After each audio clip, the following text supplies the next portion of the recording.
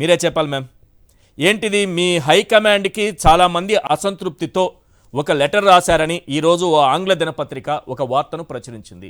ఇందులో పారాచూట్ నాయకుల గురించి ప్రస్తావించిందని, అలాగే ఒకప్పుడు మనం సొంత బలంతో కాకినాడ రాజమండ్రి పార్లమెంటు సీట్లు నెగ్గాం, 18.5% ఉన్నటువంటి మన ఓట్ షేర్ ఈరోజు చంద్రబాబు వల్ల 0.7%కి పడిపోయిందనే అంశాన్ని అందులో ప్రస్తావించారు. ఇక పారాచూట్ నాయకులు ఎవరెవరో వాళ్ళ పేరు రాశారు. అలాగే ఎట్లా మనం మోడీని దూషించినటువంటి చంద్రబాబుని ఈ ఎన్నికల్లో మనం ఎలా మొయ్యాలి, ఆయన కోసం ఎలా ప్రచారం చేయాలి అనే అంశాన్ని కూడా ఇందులో క్లియర్గా ఉన్నట్టుగా ఒక ఆంగ్ల దినపత్రిక వార్త రాసింది. ఏంటి నిజంగానే అసంతృప్తి ఉందా మీ పార్టీలో? అందరూ హ్యాపీగానే ఉన్నారా నాయకులందరూ మీతో సహా? మీతో సహా అడుగుతున్నా. పురుషోత్తమ రెడ్డి గారికి, సుందరాం శర్మ గారికి, చూస్తున్న వీక్షకులందరికీ నమస్తే. వెరీ జనరల్ క్వశ్చన్ అండి, అది వెరీ ఇంపార్టెంట్. అందరికీ తెలిసిన సమాధానాలే ఇవి, అవునా? అంటే పార్టీ అన్నాక ఒక కుటుంబం అన్నాక ఆశావహులు. ఇది ఇక్కడ చెప్పేది ఏంటంటే భారతీయ జనతా పార్టీ ఒక చరిత్ర, భారతీయ జనతా పార్టీ ఒక కుటుంబ పార్టీ కాదు, ఒక కుల పార్టీ కాదు.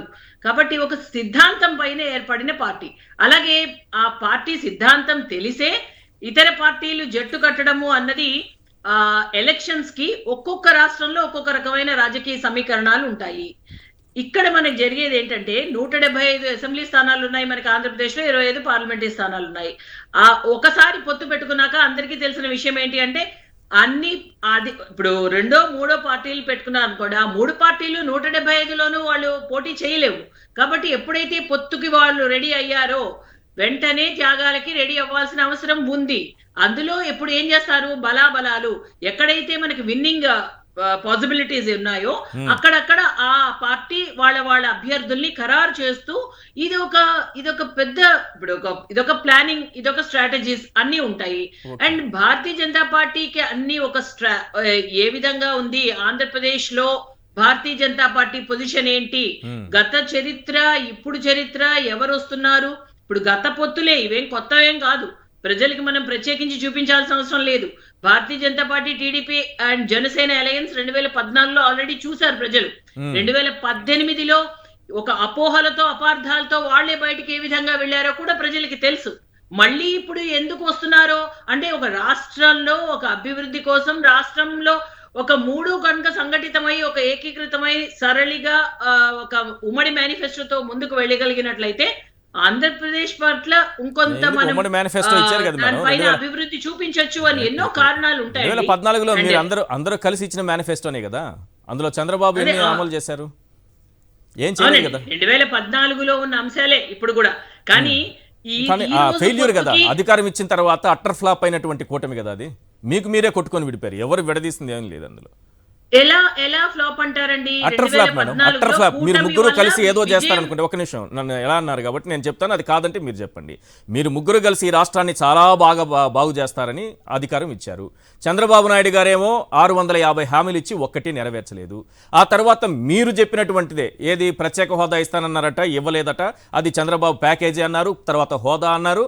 ఆ తర్వాత ఆయనే మీరు హోదా ఇవ్వలేదని వెనక్కి వచ్చారు, మీరు రాజధానికి నిధులు ఇవ్వలేదని వెనక్కి వచ్చారు, కడపకు స్టీల్ ప్లాంట్ ఇవ్వలేదని వెనక్కి వచ్చారు, దుగ్గరాజపట్నం పోర్ట్ ఇవ్వలేదని వెనక్కి వచ్చారు, 3 పారిశ్రామిక కారిడార్లు ఇవ్వలేదని వెనక్కి వచ్చారు. మీరు అన్నిటికీ ఏమీ చేయలేదని ఆయనే చెప్పారు కదా, చంద్రబాబే చెప్పారు. ఇక చంద్రబాబు అంటే ఎందుకు అన్నానంటే ఈ ఫెయిల్యూర్ కూటమని కాదు మేడం, కాదు ఒక్క సెకండ్. ఎందుకన్నానంటే ఒక వీడియో ఒకటి చూపించండి. చంద్రబాబు ఎలా ఇప్పుడు మోడీ గారి గురించి ప్రతి సందర్భంలో రోజు నేను చూపిస్తూనే ఉన్నా ఆయన ఏ రకంగా దూషించారు అని చంద్రబాబు. కానీ చంద్రబాబు గురించి మీ పార్టీ నాయకులు ఏమన్నారనేది మీకే వదిలేస్తుంది. ఇప్పుడు ఏమన్నా మారారా, చంద్రబాబు గొప్ప నాయకుడు అయ్యారా, ఇప్పుడు ఏమన్నా అప్పట్లాగా లేరా అనేది మీరు తేల్చి చెప్పాలి. అందుకే ఫెయిల్యూర్ కూటమి అన్నారు. చంద్రబాబు నాయుడు గజ దొంగ. तो आंध्र प्रदेश की राजनीति का सबसे बड़ा बाहुबली एनटीआर गारू, उसको पीछे से वेनुपोट्टू को किसने किया? चंद्रबाबु नायडू ने किया. तो चंद्रबाबु नायडू अंटे Kattappa of Andhra Pradesh politics, always वेनुपोट्टू दारुडू, सब जगह पर पीछे से. नरेंद्र मोदी जी को भी वेनुपोट्टू, सबको वेनुपोट्टू, आंध्र प्रदेश प्रजలకు वेनुपोट्टू. अमरावती रैतुलू का आज नाश किसने किया? चंद्रबाबु नायडू ने नाश किया. टीडीपी को कोई अधिकार नहीं है अमरावती के बारे में बात करने का। टीडीपी को कोई अधिकार नहीं है आंध्र प्रदेश के राजधानी का इशू उठाने का। टीडीपी उसका जिम्मेवार है और इसलिए यहाँ के सारे सीट में से टीडीपी को उखाड़ के फेंक दिया था। आंध्र प्रदेश के अमरावती के रैतुलू का अगर कोई बहुत बड़ा नंबर 1 क्रिमिनल है, गद्दार है, तो वो चंद्रबाबू नायडू है। ఇది మేడం చంద్రబాబు నాయుడు ఎలాంటి వ్యక్తి అనేది మీరే చెప్పారు, మీ పార్టీ నాయకులే చెప్పారు. వెన్నుపోటుదారుడు హై, మోడీ గారిని పొడిచాడు హై, అమరావతిని మోసం చేశాడు హై, అమరావతి గురించి మాట్లాడే హక్కు లేదు హై, అన్నీ మీరే మాట్లాడారు. ఇప్పుడు మీరు అందుకే నేను ఫెయిల్యూర్ కూటమని మీరు ఒకటి చెప్తాను చూడండి. చంద్రబాబు నాయుడు గారేమో మోడీ గారిని దూషించారు, బీజేపీ నాయకులేమో చంద్రబాబును దూషించారు, చంద్రబాబు ఏమో పవన్ కళ్యాణ్ దూషించారు, పవన్ కళ్యాణ్ ఏమో నా తల్లినే దూషించారు, 100 కోట్లు ఖర్చు పెట్టి ఒక్కొక్కరిని బయట లాగుతా, వీళ్ళ తాట తీస్తా, తోలు తీస్తా, నడి రోడ్డు పైన ఊరేగిస్తానన్నారు. మీ ముగ్గురికి కలిపి అధికారం ఇచ్చింది దీనికోసం మేడం. అందుకు ఫెయిల్యూర్ అన్న ఈ కూటమి ఈ 2014లో బీజేపీ టీడీపీ జనసేన కూటమి ఫామ్ అయిన తర్వాత విక్టరీ సాధించామా లేదా? సో అక్కడ విజయం సాధించాం ఫస్ట్ ఫేజ్ లో. అదే మీ విక్టరీ గురించి కాదు మ్యామ్, మీరు అర్థం చేసుకోవాలి. మీకు విజయం వచ్చింది, అధికారం మీకు ఇచ్చారు, నమ్మారు ప్రజలు, అదే అంటున్నాను. తర్వాత ఏం చేశారు 4 ఏళ్లలో మీరు ముగ్గురు కలిసి? అది ఏదైతే చేయలేక 2018లో వెళ్ళారో మళ్ళీ అది ఆ సాధన అది తీసుకురాగలము అని నమ్మి కదా మళ్ళీ వచ్చారు. సో ఇది ఏవేవైతే వీళ్ళు చేయలేదో అవన్నీ మేము చేస్తాము అని చెప్పి ఇప్పుడున్న వైసీపీ ప్రభుత్వం వదిలేసండి, వాళ్ళ సంగతి వదలండి, మీ కూటమి గురించి మాట్లాడండి, వాళ్ళతో తర్వాత మాట్లాడదాం, వాళ్ళని సపరేట్ గా పెడదాం, వాళ్ళ గురించి వాళ్ళ ఫెయిల్యూర్స్ సపరేట్ గా పెడదాం.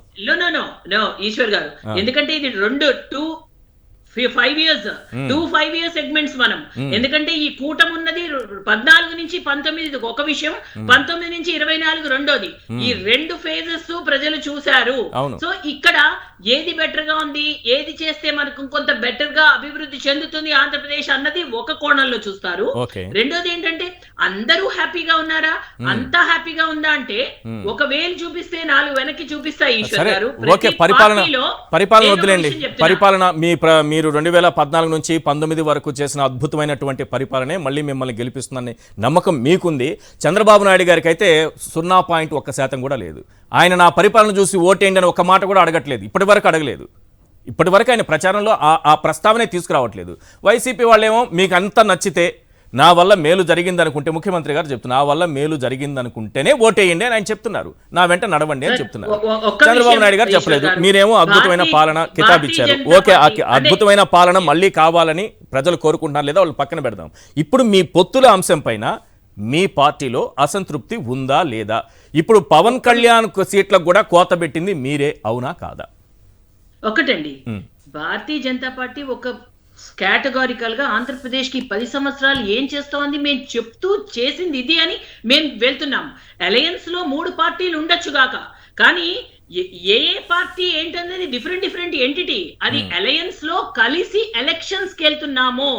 ఈ పార్టీ వెళ్ళినప్పుడు 2014 నుంచి ఏ విధంగా అయితే చేశామో ఇప్పుడు ఈ అనుభవం రీత్యా మేము చేసుకుంటూ వెళ్తున్నది నిర్దిష్టంగా మా కమిటెడ్ గా చేస్తున్నది భారతీయ జనతా పార్టీ. ఇప్పుడు 2024లో వచ్చిన తర్వాత దీన్ని ఇంకెంత అద్భుతంగా ముందుకు తీసుకెళ్లాలన్నది ఈ రోజే 85,000 కోట్లతో మోదీ గారు మీరు చూసారు. నేను అదే అంటున్నాను మేడం, నేను అదే అంటున్నా, మీరు నిజంగా గొప్పగా చేస్తుంటే 2014 నుంచి 19 వరకు ప్రజలు మళ్ళీ ఓటేస్తారు, ఏం డౌట్ ఏం లేదు అందులో.